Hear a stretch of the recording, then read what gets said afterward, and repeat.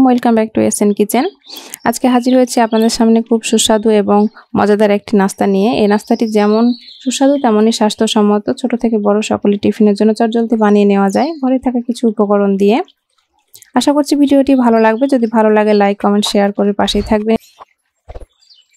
আর যারা Facebook page থেকে দেখছেন তারা ফলো করে রাখবেন। 1 কাপ সুজি আমি ব্লেন্ডারে নিয়েছি। 1 কাপ সুজির জন্য আমি এখানে 1 কাপ পানি নিয়েছি। আর দিয়ে দিচ্ছি 1 টেবিল স্পুন রেগুলার অয়েল। আপনারা চাইলে এই অয়েলের পরিবর্তে এখানে ঘি বা বাটারও ইউজ করতে পারেন। সেই সাথে দিয়ে দিচ্ছি 2 টেবিল চামচ টক দই।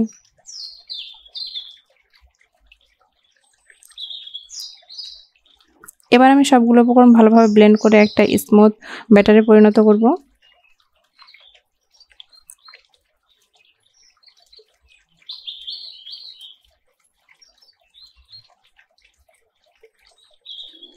আমি এই ব্যাটারটি এপাশে একটি বলে নিয়ে নিলাম।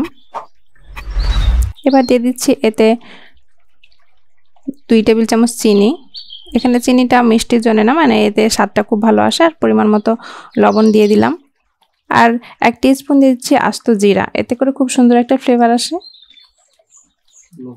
আর বেকিং পাউডার দিয়ে দিলাম হাফ টিস্পুন।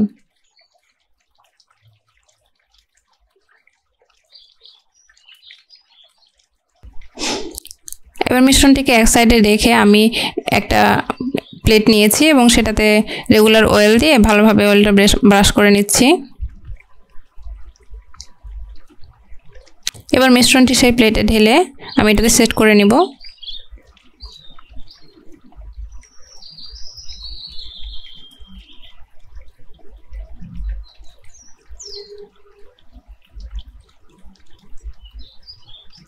এবার আমি চুলায় একটি কড়াই নিয়েছি এবং এর মধ্যে সামান্য কিছু পানি দিয়ে ওর উপর স্ট্যান্ড দিয়ে দিয়েছি এবং পানি অপেক্ষা করছি পানিটা বলক আসা পর্যন্ত। যখন এরকম একটু গরম হয়ে আসছে তার উপর আমি এই প্লেটটা রেখে এটা স্টিম করে নেব।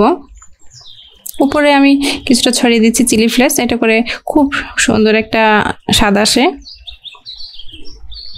এবার আমি ঢাকনা দিয়ে ঢেকে দিচ্ছি আর অপেক্ষা করছি 20 মিনিট। ফিরে আসছি 20 মিনিট পর। এটা আমার খুব সুন্দরভাবে এটা সেট হয়ে গেছে।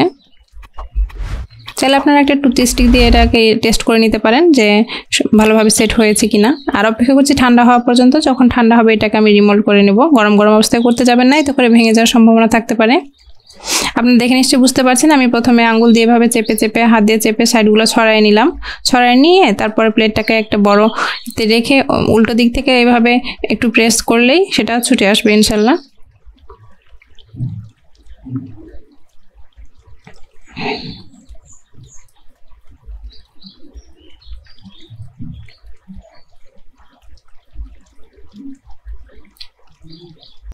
এবার আমি একটা চাকুর সাহায্যে এটাকে পিৎজা আকৃতির শেপ দিয়ে কেটে নিচ্ছি।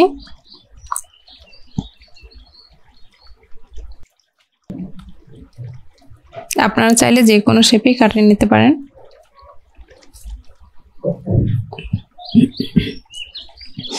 যারা একদমই তেলে ভাজা পছন্দ করেন না তারা এই পর্যায়ে সার্ভ করে দিতে পারেন।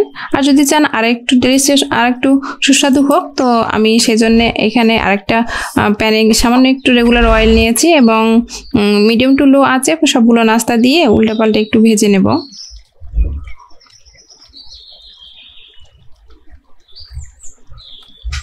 আমি এক এক করে সবগুলো নাস্তা এর মধ্যে দিয়ে দিলাম এবং আলতোভাবে এগুলো উল্টে দিচ্ছি এবং হালকা একটু ব্রাউন কালার করে ভেজে নেব। এতে করে বাইরের দিকটা খুব মুচমুচে হয় এবং ভেতরটাও সফট থাকে এবং বাচ্চারা খুব পছন্দ করে।